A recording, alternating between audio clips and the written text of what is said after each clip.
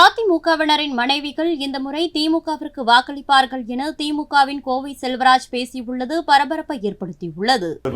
மக்கள் தெளிவான முடிவு இருக்கட்டும். யாருக்கும் நிரந்தரம் கிடையாது.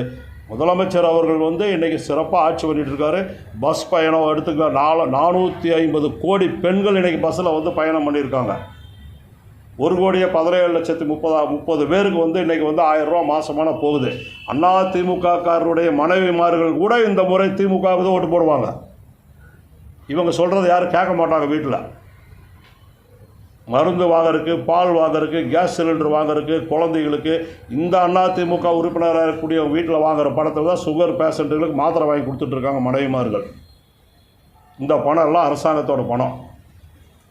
மோடி எந்த வாக்குறுதியை நிறைவேற்றலை செய்திகளை உள்ளது உள்ளபடி தெரிந்து கொள்ள ரெஃப்ளெக்ட் நியூஸை சப்ஸ்கிரைப் பண்ணுங்க.